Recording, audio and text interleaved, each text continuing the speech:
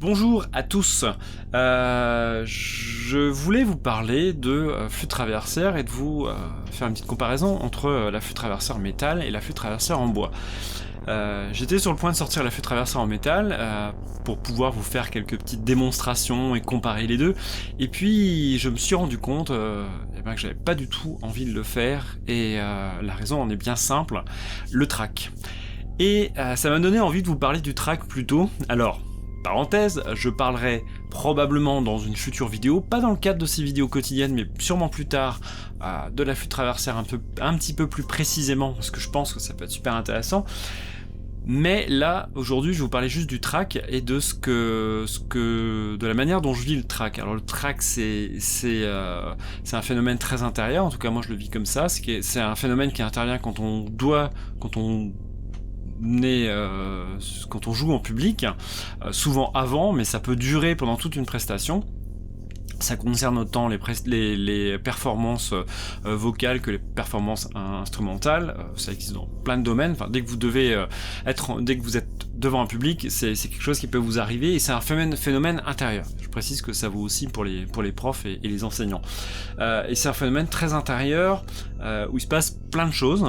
Je pense qu'on a tous vécu ça à un moment ou à un autre. Et en musique, la manière dont je le vis, c'est, je pense que plus que la peur de se tromper, d'échouer en fait, avec le track va souvent une peur de ne pas réussir à jouer, à sortir 3 notes. Et c'est vrai que ça peut arriver, ça m'est arrivé parfois avoir tellement le track je ne pouvais pas jouer. Mais il m'est arrivé aussi d'avoir un track tel que j'ai dû me lâcher prise et faire confiance, on va dire, à tous mes automatismes pour gérer la sensation physique du track. C'est assez étonnant.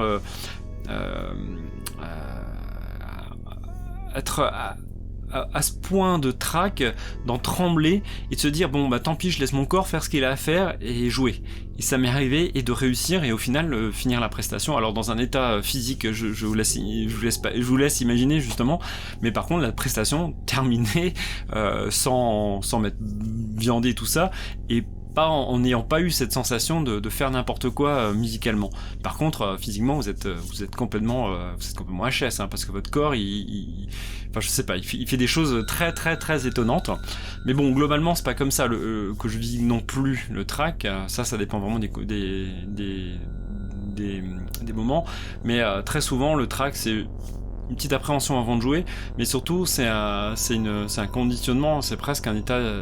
En fait, le track bien géré doit amener à une forme d'état d'hypnose qui permet de s'immerger complètement dans un univers musical.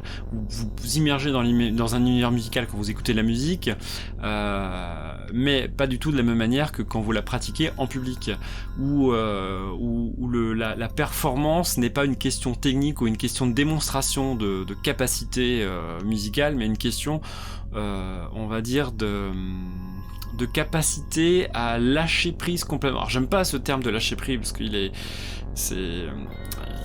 il veut tout dire et rien dire en même temps, mais capacité à laisser le corps, finalement, je crois que c'est ça, à laisser le corps agir, et à laisser en fait toutes les images mentales prendre forme entre vos doigts finalement, et c'est et laisser toutes les sensations psychiques.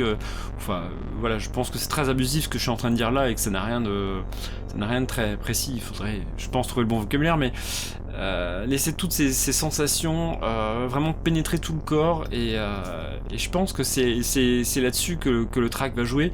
Il va permettre ce conditionnement. Voilà. Je pense que c'est déjà pas mal. Je vous dis à demain, abonnez-vous, pensez à mettre la petite cloche, et puis portez-vous bien.